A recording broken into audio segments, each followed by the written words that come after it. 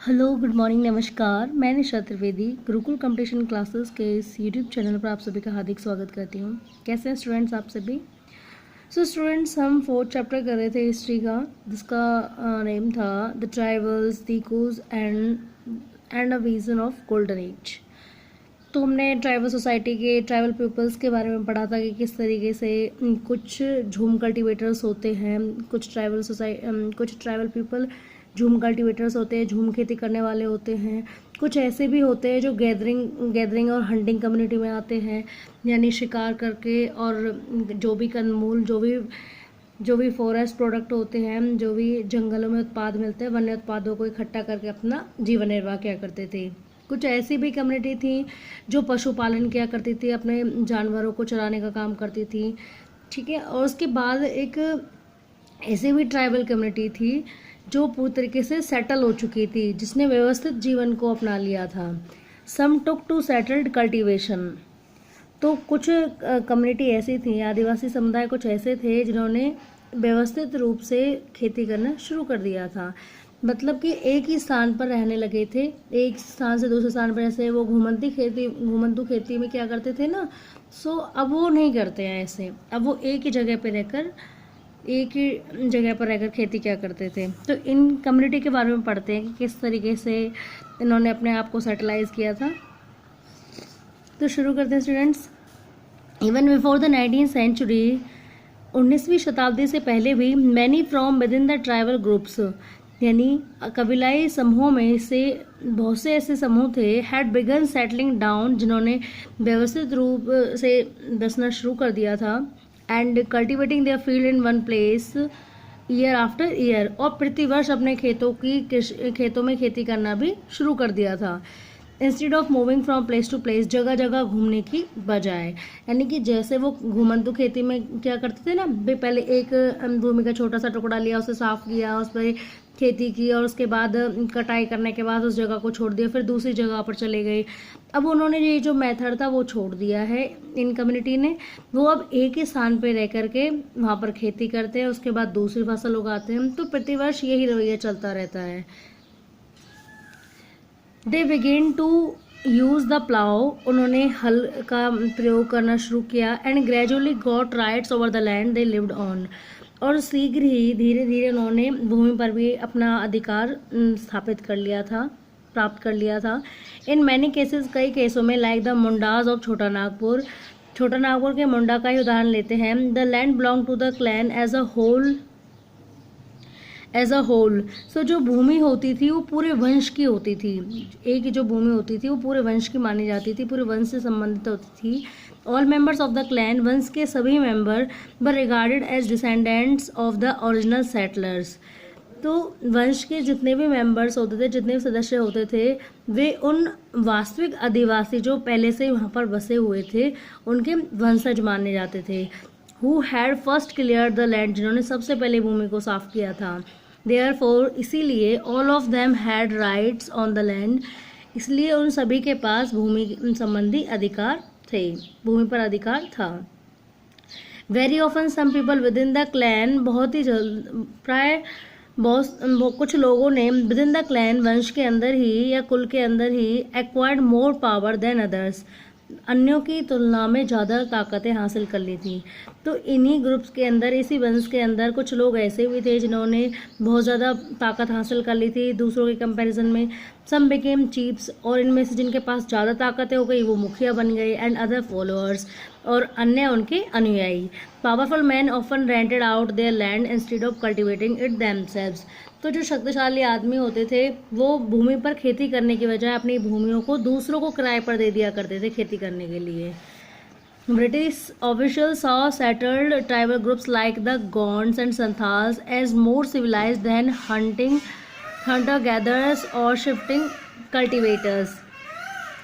तो ब्रिटिश अधिकारी, जो ये सेटल्ड ट्राइबल ग्रुप्स होते थे, यानी गोंड और संथाल, तो ब्रिटिश अधिकारी गोंड और संथाल कम्युनिटी के लोगों को ज़्यादा व्यवस्थित रूप से, मतलब ज़्यादा सभ्य लोग समझते थे। किसकी तुलना में? उन लोगों की तुलना में जो हंटिंग गैदर्स का काम करते थे या शिफ्टिंग कल्टिवेटर्स होते थे, यानी कि जो झूम खेतों क्या करते थे, जगह जगह बदल कर स्थानांतरित खेती क्या करते थे, या फिर कंदमूल फल इकट्ठा करके शिकार करके अपना जीवन निर्वाह करते थे, उन लोगों को वो असभ्य समझते थे ब्रिटिश अधिकारी। जबकि जो लोग गौंड्स और संथाल कम्युनिटी के लोग थे, इन लोगों को सभ्य समझते थे, क्योंकि ये एक ही जगह पर रहते थे, एक जगह से दूसरी जगह, मतलब जगह चेंज नहीं करते थे, सिर्फ एक जगह ही बस जाते थे ये लोग, इसलिए इन्हें सभ्य माना गया था।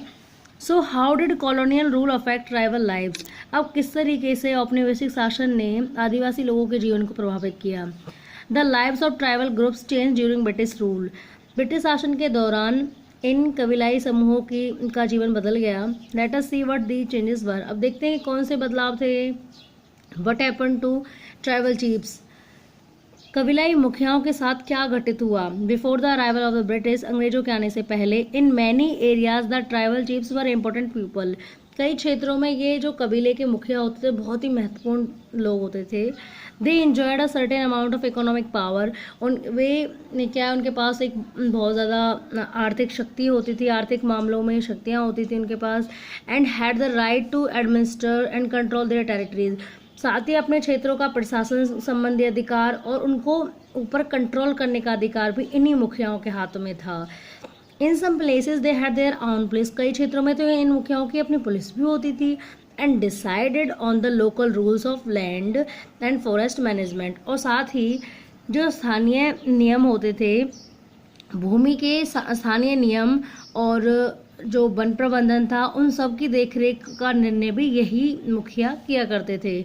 अंडर ब्रिटिश रूल, अब ब्रिटिश शासन के अंतर्गत, the functions and powers of the tribal chiefs changed considerably. परंतु जो ब्रिटिश शासन आता है तो इन मुखियाओं के जितने भी कार्य और शक्तियाँ होती हैं उनमें बहुत ज़्यादा बदलाव हो जाता है।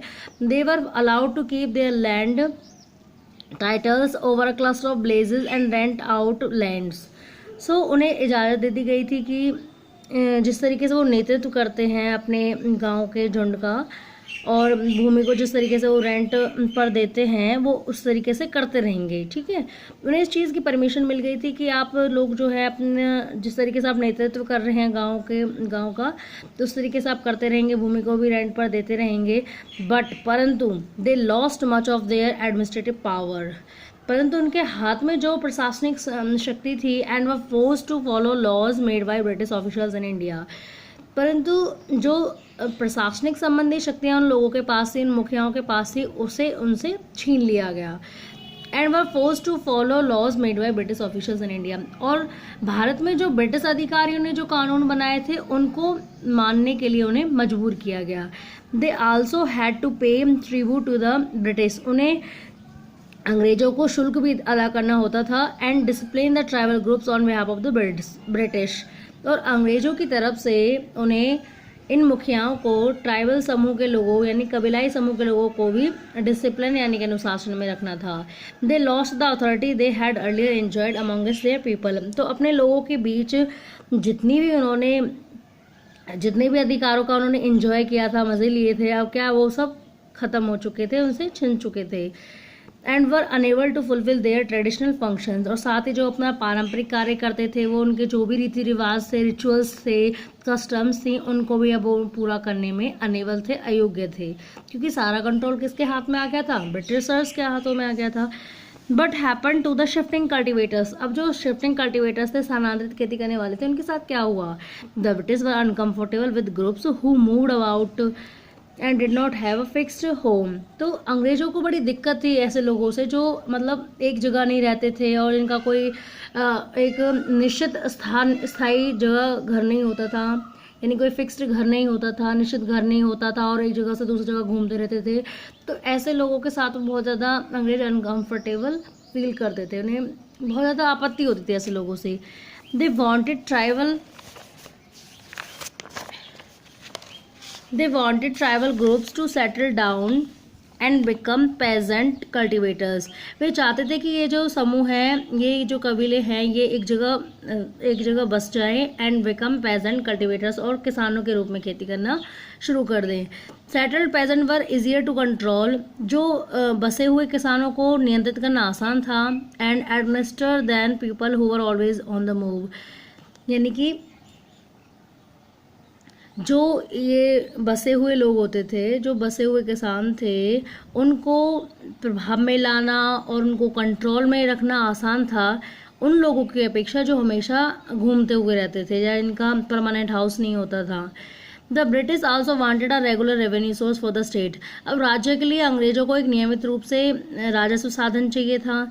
सो they introduce land settlement, that is, इसलिए उन्होंने भूमि संबंधी व्यवस्थाएं शुरू की। That is they measure the land, इसके लिए उन्होंने भूमि को मापा। Defined the rights of each individual to the land, और भूमि पर प्रत्येक व्यक्ति के अधिकार को भी परिभाषित किया, सबको बताया उसके अधिकारों को, भूमि पर अधिकारों को, उनके लोगों के भूमि पर अधिकारों को बताया। And fix the revenue demand for the state, और राज्य के लिए जो रेवेन्यू की डिमांड रखी गई थी उसको भी फिक्स कर दिया कि भाई इतना स्टेट को रेवेन्यू देना है। सम पेजेंट्स वर डिक्लेयर्ड लैंड ओनर्स, कुछ किसानों को लैंड ओनर यानी कि भूमि का मालिक घोषित कर दिया गया।